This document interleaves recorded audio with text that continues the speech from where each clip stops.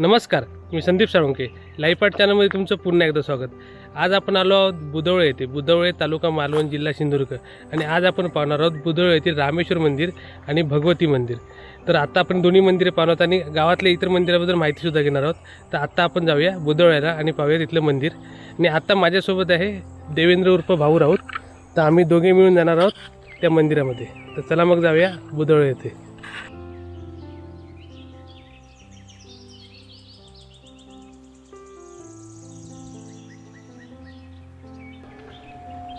तर आत्ता आपण आलो आहे बुधवळे येथील रामेश्वर मंदिरामध्ये. हे आहे बुधवळे येथील रामेश्वर मंदिर. बुधवळे तालुका मालवण जिल्हा सिंधुदुर्ग.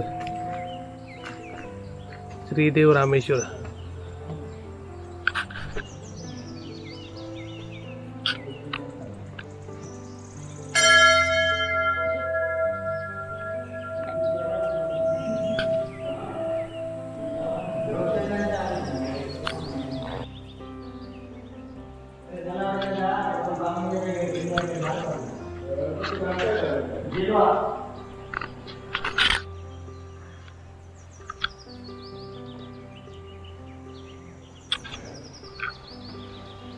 तर हे आहे श्रीदेव रामेश्वर, बुधवळे तालुका मालवण जिल्हा सिंधुदुर्ग येथील.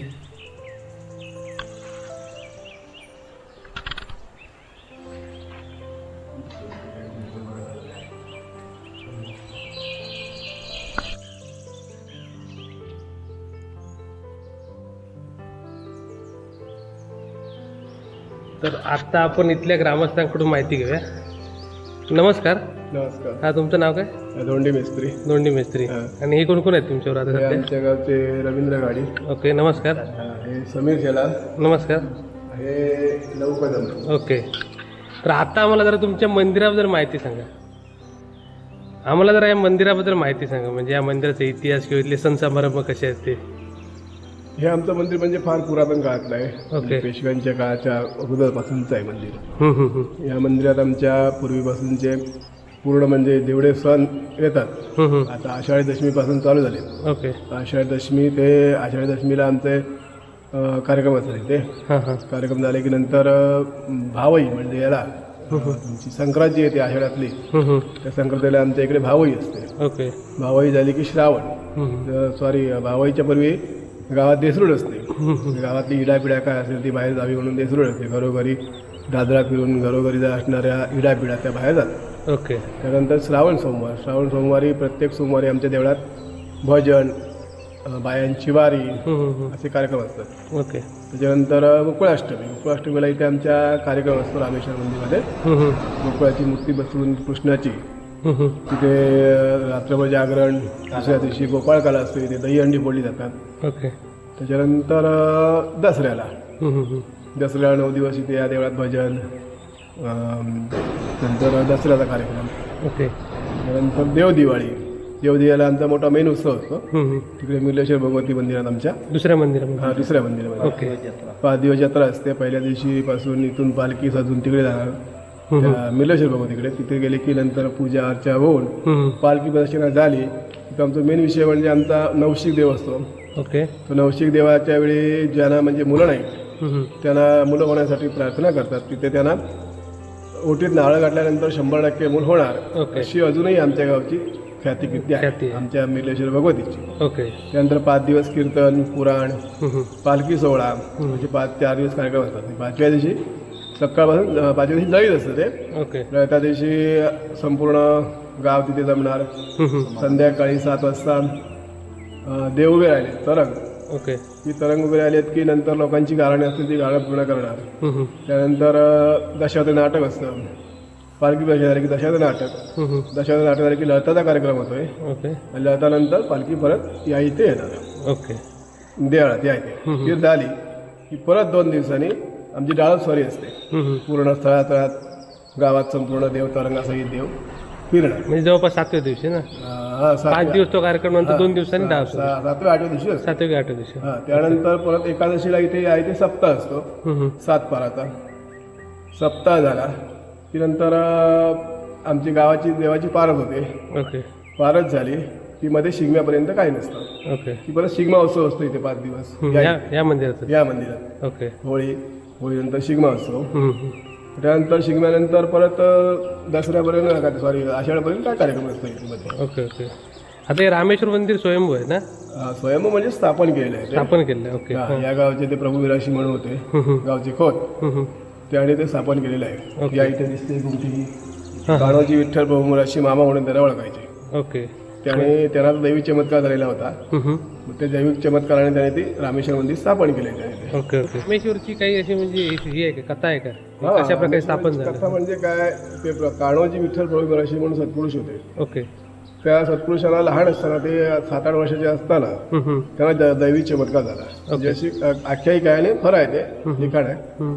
आणि ते आमच्या इथे गोठण व्हाळा मेनू आहे. त्या गोठणच्या व्हाळावरती ते आंघोळीला जायचे मुलांसवेत, मित्रासवेत. आणि तिथे जायचे त्यावेळी त्याला गोडणीच्या त्या तळाला ज्यावेळी ते उडी मारली जी, ती तळाला गेली त्याला ते तेजेवाले पिंडी दिसली. ओके. ती पिंडी त्यांनी वरती आणली आणि ते रोज खेळ खेळायचे. खाली जायचे, वरती यायचे, मुलांना तिथे बसवायचे आणि काही असे गुराख्यांचे खेळ खेळायचे.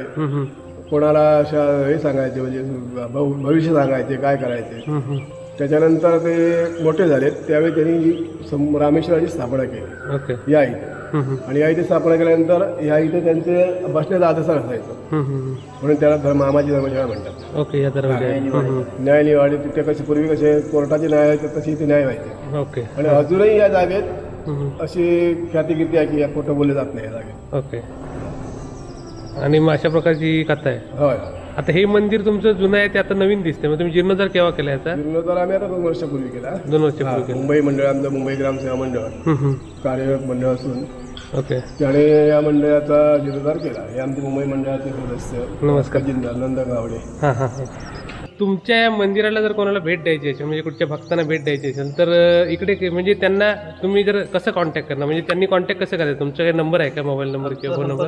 क्रमांक आमचा आहे, ते कोणाच्या ते दोघा तिघांचे नंबर देतो, त्या नंबरवरती कॉन्टॅक्ट करायचं. Okay okay. तुमचा नंबर काय आहे? माझा नंबर 96 047 93 419. ओके. हा तुमचा नंबर आहे. आणि अजून काही नंबर तुम्ही द्याल ते मी व्हिडिओच्या खाली टाकेन, मग त्याच्यावर पण कॉन्टॅक्ट करू शकता. जर कोणाला यायचं असेल तर या नंबरवर कॉन्टॅक्ट करून तुम्ही इथे बुधवळे गावात येऊ शकता आणि ही लोक तुम्हाला सर्वतोपरी मदत करतील. रामेश्वर आणि भगवती मंदिर सोडून अजून काही देवस्थान आहे त्या गावामध्ये? होय, 12 आकार संपूर्ण 12 आकार आहेत. हां हां. 12 मंदिर अशी आहेत 12 आकाराची आणि 13वं स्थळ हे रामेश्वर आहे. आणि इकडे एक जी याची स्टोरी आहे तुम्हाला काही सांगा. हा, ती दुसरी म्हणजे कशी हरदेश्वर म्हणून एक कोंड आहे आमच्याकडे, नदीची कोंड. Okay okay. त्या नदी कोंडीमध्ये अशी पूर्वीची आख्यायिका आहे की ज्यांना लग्नासाठी किंवा कशासाठी दागिन्यांची आवश्यकता वाटली तर तिथे एक फुलाची पडळी भरून सोडायची कोंडीमध्ये आणि तिथे चिठ्ठी लिहून पाठवायची. मग त्याच्यातून ती पडळी फुलांची जाऊन मधोमध गेल्यानंतर बुडायची आणि तिथून दागिने वगैरे भरून यायची. ओके. आणि ते मूर्ती ते परत करायची. ओके. काही मूर्तीमध्ये हा, मग ते काही अशा त्यावेळेच्या काही लोकांनी ते एक दिली नाही परत, त्याच्यामुळे ते बंद झालं. ओके. काय नाव होतं त्या याचं? हसदेश्वर. हां. ओके. हसदेश्वर. ओके. हां. आणि त्याप्रमाणे या देवस्थानाची अजून काही माहिती ॲडिशनल? हे आहे आपलं पावणे रवळनाथ पावणे मंदिर आहे ना, तर त्याची आख्यायिका अशी की पूर्वी इथे न्यायनिवाडे व्हायचे. त्या पूर्वी विशाळगडावरती जे सबनीस म्हणून काहीतरी होते, अशी आख्यायिका आहे की सबनीस होते. तर त्यावेळी हे तिथे काहीतरी परकीयांचे आक्रमण वगैरे व्हायचे, असं काहीतरी विषय आहे. तर त्यावेळी ते इथे नवस इथे काहीतरी केलेलं आहे, इथे या देवाच्या भेटीला आले आणि इथून संरक्षणासाठी तिथे मारतळ पुरुष वगैरे असं काहीतरी तिकडे पाठवलं. नंतर इथे असं झालं की इथे देव उभं राहिल्यानंतर मारतळ पुरुष उभं राहायला तयार नाही. मग त्यावेळी काय झालं, अशी चौकशी केल्यानंतर असं झालं, मारतळ पुरुष आला आणि त्याने सांगितलं मला तुम्ही तिकडे पाठवलं, तिकडे कसं येणार. ओके. असा विषय झाला. आणि नंतर मग त्यांनी मग मारतळ पुरुषाला इथे घेतलं आणि इथून पुरवणी त्यांना दिली की त्यांच्या संरक्षणासाठी त्यांच्या हक्कीला तू जायचं तिकडे प्रतिरूप. हा, मग त्यांनी तिकडे प्रति मंदिर बांधलंय तिथे. ओके. विशाळगड. हा, विशाळगडावरती त्यांचं काहीतरी रवळनाथ लक्ष्मी असं काहीतरी मंदिर आहे, अशी आम्हाला त्यांच्याकडून माहिती मिळते. प्रतिवर्षी आमच्या इथे येतात पूजा करायला वगैरे, गुरुद्र वगैरे इथे करतात. ओके. मंदिरामध्ये अजूनही चालू आहे ते. ओके. आता अजून येतात. हो. शाहू महाराज हां. कोल्हापूरचे. त्यावेळी शाहू महाराज वगैरे होते कोल्हापूरचे, तर त्या वेळेपासून पण अशी यायची इथे. ओके ते यायचे हां, इथे. हां. ओके ते तुमच्या घोड्यावरून देवस्थानाला- वगैरे हां. यायचे तिथे. भेट ते द्यायची. घोडेशाळा वगैरे होती मिर्लेश्वर भगवती मंदिरमध्ये, ओके ओके नायकिनी वगैरे असे म्हणजे त्यांच्या खोल्या वगैरे सगळ्या होत्या पूर्वीचे पूर्वीचे. ते राजेरजवाडे यायचे हां हां हां त्यांचे घोडे धुण्यासाठी, हां हां घोडे थांबवण्यासाठी एक कोंड पण आहे इथे. ती घोडे कोंड म्हणून तिथे नाव आहे त्या कोंडीचं. घोडे कोण हा पूर्वीचे राजे लोक म्हणजे कोल्हापूरचे म्हणा किंवा असे मोठमोठे लोक आहेत त्यांचे घोडे धुण्यासाठी एक कोंड आहे, तिथं घोडे कोंड म्हणून नाव आहे. ओके नंतर इथे नायकिनी असायची, नायकिनीची एक अशी खोली आहे. परत घोड्यांसाठी एक बाग आहे ते ओके त्या मंदिरात आमच्या मिलेश्वर. म्हणजे असं ऐतिहासिक कनेक्शन आहे असं. ओके पेशवाई पद्धतीची तिथे एक सगळं चालतात कार्य. त्या मंदिरामध्ये. त्या- ओके दिवाळीला झाला तर संपूर्ण पेशवाई पद्धत तुम्हाला दिसणार इथे. दिवाळीला म्हणजे दिवाळीला जो 5 दिवस कार्यक्रम असतो तो म्हणजे बाहेरच्या लोकांना यायचं दसऱ्याला दिवशीचा तोच कार्यक्रम आहे. तो पण आणि- तेवढा मोठा कार्यक्रम आहे. जर बाहेरच्या लोकांना एकच दिवस यायचं असेल तर कुठच्या दिवशी यायचं? बाहेरच्या लोकांचं कसं आहे, पहिल्या दिवशी कोणत्या गावी करायचं? काय एवढं आहे, दुसऱ्या दिवशी मोठी जत्रा भरते, दिवाळीच्या दुसऱ्या दिवशी ओके आणि परत 5व्या दिवशी 5व्या दिवशी हा. म्हणजे 5व्या दिवशी आला तर बऱ्यापैकी कार्यक्रम मिळतो. बऱ्यापैकी कार्यक्रम सगळे असतात. आणि ओके कणकवलीपासून साधारण 20-22 किलोमीटर हा आहे. हे जवळ आहे तसं माहिती आहे. हा ते मी म्हणजे मॅप शेअर करीनच लोकेशन. आणि प्रसिद्ध देवस्थान आहे आमचं तसं हे. ओके म्हणजे ह्या पंचक्रोशीत दशक्रोशीत तरी प्रसिद्ध देवस्थानांचं आहे. म्हणजे आमच्या गावचे कार्यक्रम असतात तसे या दशक्रोशीत तुम्हाला मिळणार. बरोबर. आणि सगळं कसं शिस्तीबद्ध, म्हणजे कोणाला सांगावं लागत हा नाही. तुमचं म्हणजे नियोजित आहे पूर्ण. प्रत्येकाचं काम ठरलेलं आहे, प्रत्येक जण आपापलं काम करणार. योग्य तऱ्हेने पार करायचे. ओके हे आमचं मंदिर रामेश्वर मंदिर उभं राहिले याचं कारण काय असेल तर आमच्या बुधळे गावचं मुंबई ग्रामस्थ मंडळ, बुधळे ग्रामस्थ मंडळ अथक प्रयत्न करून, या अथक प्रयत्नामुळं म्हणजे अथक प्रयत्न म्हणण्यापेक्षा म्हणजे ग्रामसेवा मंडळ जरी असलं तरी ग्रामसेवा मंडळाचे संपूर्ण कार्यकर्ते त्यात सहभागी नसताना सुद्धा हे आमच्या गावचे 4-5 जण जे होते त्या लोकांनी एवढे अशोक पडवळ, अशोक परब, गंधा गावडे असे म्हणजे स्वतःच्या तब्येतीची काळजी न करताना सुद्धा, म्हणजे असा कुठला डोनर नाही किंवा काही नाही असं नसताना सुद्धा प्रत्येक रविवारी कधीच 2 वर्ष ते आपल्या घरी जेवले नाहीत, दिवस किंवा रात्र असे असा प्रयत्न करून या मंदिरासाठी निधी गोळा करून हे मंदिर उभं राहिलं. आणि खरंच हे असेल तर या आमच्या मुंबई ग्रामसेवा मंडळाचं आहे. अंदाजित खर्च किती आला तुम्हाला? अंदाजे 70 लाख रुपये. 70 लाख रुपयापर्यंत खर्च आला ना पूर्ण आणि मंदिर? आमच्या गावचे आर्किटेक्ट आहेत ना हिल्लेकर, यांनी बी खूप मदत केली यांचे पुतणे समान. त्याने मदत केली. म्हणजे अशा प्रकारे गावातून लोकांनी मेहनत घेऊन, जास्त ती पैशापेक्षा मेहनत घेऊन हे मंदिर उभं राहिले. ओके दर रविवारी थोडा वेळ झाला म्हटलं, पैसे नसल्यामुळे वेळ झाला. कारण सगळी सोंग आणता येतात पण पैसे सोंग आणता येत बरोबर. नाही. आणि ते त्यामुळे एवढा निधी करायचा म्हणजे गावातच निधी करायचा उभा करायला तिथं. पण मुंबई मंडळ, गाव ग्रामस्थ मंडळाने आणि लोक बाकीच्यांनी बी सगळ्यांनी आम्हाला सहकार्य केलं. हा.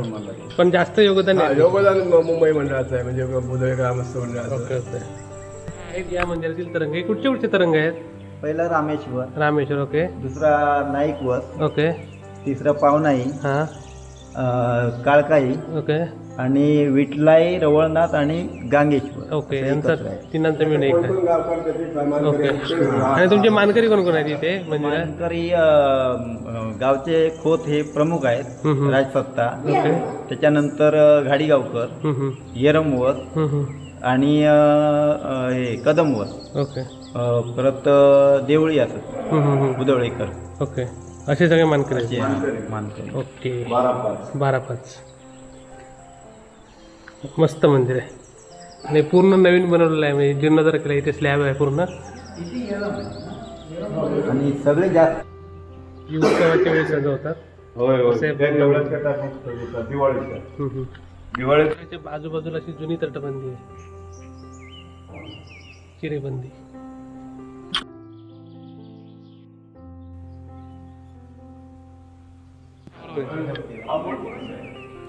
ज्याने आमच्या गावच्या देवस्थानाची संपूर्ण स्थापना केली. हां हां हां. म्हणजे पहिलं देवस्थान इकडे तिकडे असं होतं, पण संपूर्ण देवस्थानाची सुरक्षित स्थापना करून रामेश्वर मंदिराची स्थापना ज्यांनी केली ते आमचे कान्होजी विठ्ठल प्रभुराज मामा. Okay okay. हां त्यांचं आहे. त्यांचे आदिस्थान आहे.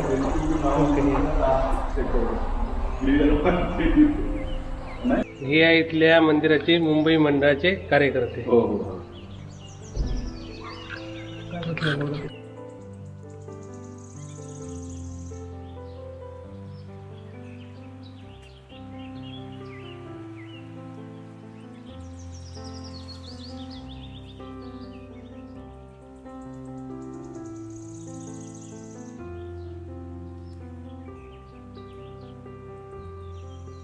आपण रामेश्वर मंदिरामधून आलोय भगवती मंदिरामध्ये.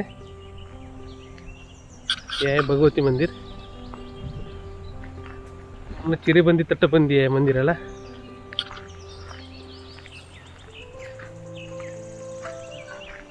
आणि ही इमारत सुद्धा एकदम जुनी दिसते. ऐतिहासिक इमारत आहे. पूर्ण चिराचं बांधकाम आहे.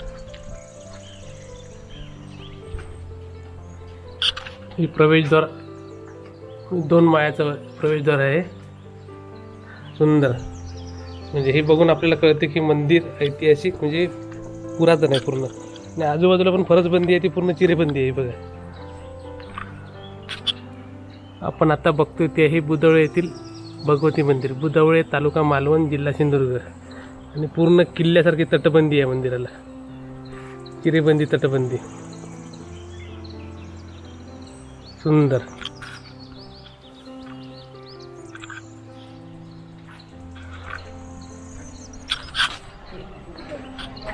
आता हे आपण बघतोय ते मंदिर परिसर.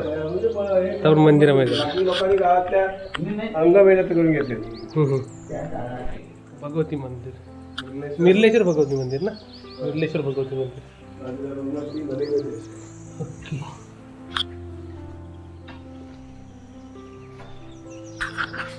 तर ही आहे श्रीदेव मिर्लेश्वरची पिंडी आणि ही आहे भगवतीची मूर्ती.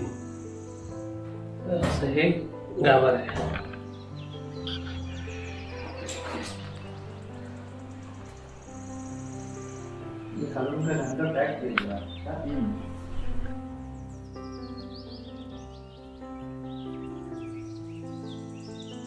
हा आहे मंदिराच्या बाजूला असलेला शिलालेख. आणि याच्यावरती असा उल्लेख आहे की शके 1121 चैत्र मास म्हणजे त्यावेळी मंदिराची स्थापना झाली असावी. खूप जुनं मंदिर आहे. आणि हा मंदिराच्या बाजूलाच आहे शिलालेख. परिसरातील शिलालेख पुरातन शिलालेख. याच्यामध्ये ही चित्रलिपी आहे. चंद्र सूर्य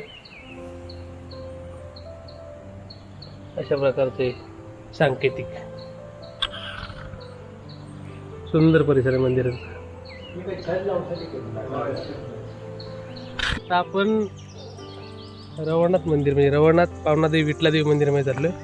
हे मंदिर या मंदिराच्या बाजूलाच आहे. या मंदिरामध्ये श्रीदेव रवळनाथ पावनाई विठलाई देवी मंदिर. म्हणजे कुठचं देवस्थान आहे. रवळनाथ इकडे पावनाई, पावनाई, ही काळकाई, काळकाई, नवलाई, नवलाई. ओके. विठला देवी. नवलाई ही छोटी इकडे. हा, ओके. विठला देवी. ही विठला देवी. ते दोन काहीतरी भगवती आणि असे आहेत ते इतर देवस्थान इतर आहेत. ओके. मूळ आदस्थान हे रवळनाथ पावनाई. मुळात असतं नाही. ज्यावेळी देवस्थान वसवलं हां हां. त्यावेळी मूळ आदस्थान हे इथं होतं. ओके. तर ते विखुरलं गेलं म्हणजे आजूबाजूला हे केलं गेलं. पण मूळ रवळनाथ पावणा हे मूळ इथलं आहे. इथलं आहे. ओके. इथेच आहेत ते ओके. संपूर्ण 12 आकार. 12 आकार. तर आता आपण 3 मंदिरं बघितली नाही. हा. तर अजून किती मंदिर आमचं देवस्थान कसं आहे, मिर्लेश्वर भगवती 12 आकार. ओके. म्हणजे 12 आकारात ती 12 देवळं आहेत आमची. मूळ पुरुष हा. स्थानेश्वर, मूळ पुरुष म्हणजे या मिर्लेश्वर भगवती, मूळ पुरुष स्थानेश्वर, रामेश्वर या मंदिरांचं संपूर्ण एकच आहे की संपूर्ण मंदिराची माप म्हणजे हे संपूर्ण तेवढंच आहे. तेवढंच आहे. ओके. हा. सेम आकाराचं. सेम आकाराचं आहे ते. मिर्लेश्वर भगवती, थानेश्वर आणि रामेश्वर. त्यानंतर विठ्ठल रवळनाथ पावनाई काळकाई, ओके. कुपलेश्वर. कुपलेश्वर झालं की हसदेश्वर. ओके. हसदेश्वर झालं की बेळापान. ओके. बेळापान झालं की महाराज पुरुष. तिकडे गांगेश्वर. गांगेश्वर झालं की केळेश्वर. ओके. दुसऱ्या ती पेटवाडीला आली. गांगेश्वर, केळेश्वर ही पेटवाडी होती आधी. भावई म्हणजे ते मंदिर आहे पण ती भावईची ही आहे, स्थान आहे. राई आहे आहे, भावईची. ओके. हा. त्याच्यानंतर दुसरी येरमवाडी आली. ओके. येरमवाडीत मायलेश्वर, महालक्ष्मी ही 2 मंदिर आहेत. ओके. त्यानंतर इकडे आमची एक 2 किलोमीटरवर मळेशेतवाडी आहे. ओके. त्या मळेशेतवाडीवरती ते काय 12 आकारात येत नाही म्हणजे विठ्ठल रुक्माई मंदिर ते एक तिथं मंदिर आहे ते. ओके. अजून म्हणजे अशी टोटल गावामध्ये 12 मंदिर आहे. 12 मंदिर आहे. पार्वती एक मंदिर आहे, पार्वती पुरचाळा. म्हणजे नवसाच्या विषयी तिथे होता. पार्वती पूर्वचाळा. ओके. अशी मंदिर 12 मंदिर आणि 13वं मंदिर तुम्ही ते रामेश्वर असं आहे ते. ओके. 12 मंदिर आणि 13वं. कुपलेश्वर, रामेश्वर, थानेश्वर आणि ओके. 90% मंदिर आहे ती आमच्या गावठेवाडीत आहेत. ओके. तुम्ही गाडी मानकरी हो आम्ही मानकरी. ओके.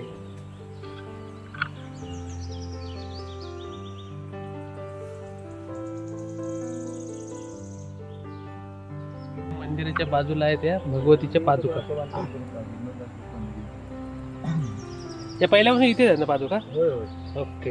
हे मंदिरच इथे होतं पहिलं. पहिलं मंदिर इथे होतं. नंतर तिकडे यायला. तिकडे जरा जाताना देवाची तळी आहे ओके. तरी दाखवा. बांधलेली. हा आता आपण काय बघतोय ह्या आमच्या धर्मशाळा. त्या धर्मशाळा आहेत पूर्ण. या धर्मशाळेत आमच्या दिवाळीचा ज्यावेळी कार्यक्रम असतो ना, हा हा. मोठा जत्रा त्यावेळी म्हणजे संपूर्ण खाज्यावाले दुकानदार ओके. सगळे इकडे असतात.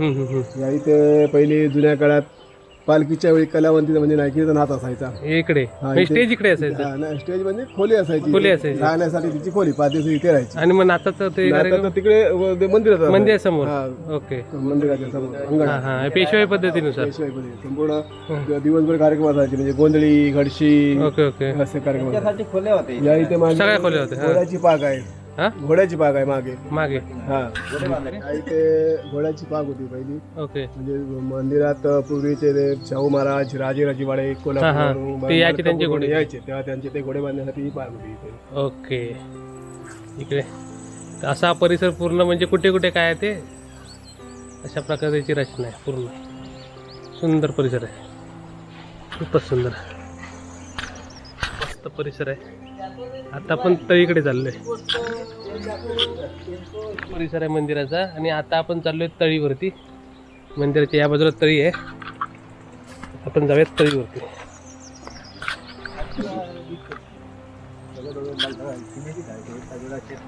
आता आम्ही फक्त वस्ता करून घेतला. आता हे तुम्ही थोडे सुशोभीकरण केलं. तर ही आहे पाण्याची तळी. हा या म्हणजे ह्या तळीचं काय महत्व आहे?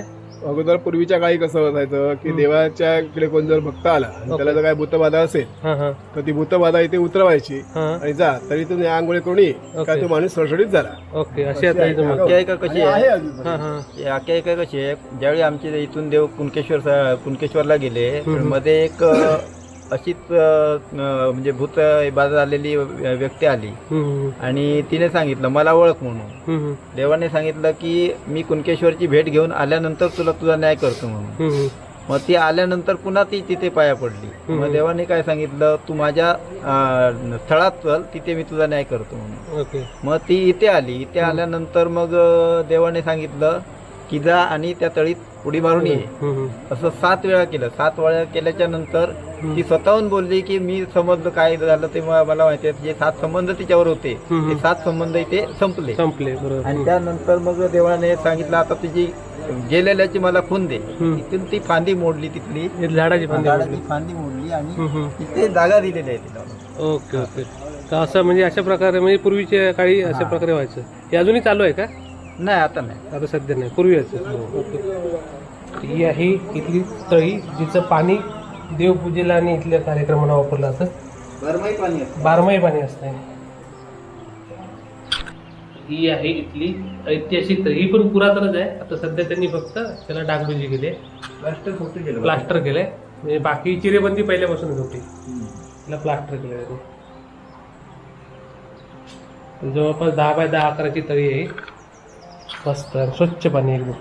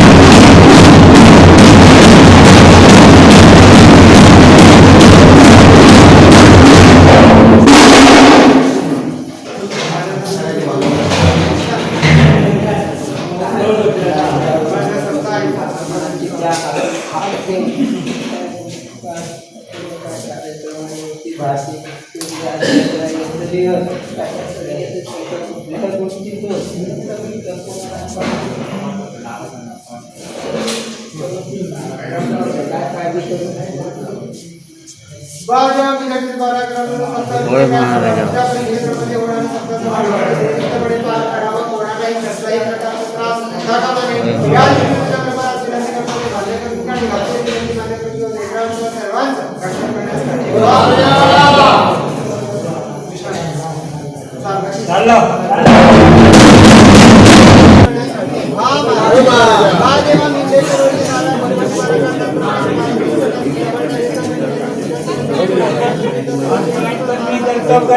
जप ठेवलेले असले हात हानाबाका शक्ती ठेवलेले असले ह्या गणपती बाजूला ठेवून आज राक्षसचा पूर्वसत्ता अवघर बारा पाठतात आज काय तरी अन्न मला चुका झाली असतील तर तुझा बोटाळून तुझा आज महाराज याचा वाटा आज पूर्ण मोकळा करून पूर्व मर्यादेच्या रीतीत सामील करून घेऊन महाराज गावघर पोटात सरकवानी आधारच करा बरा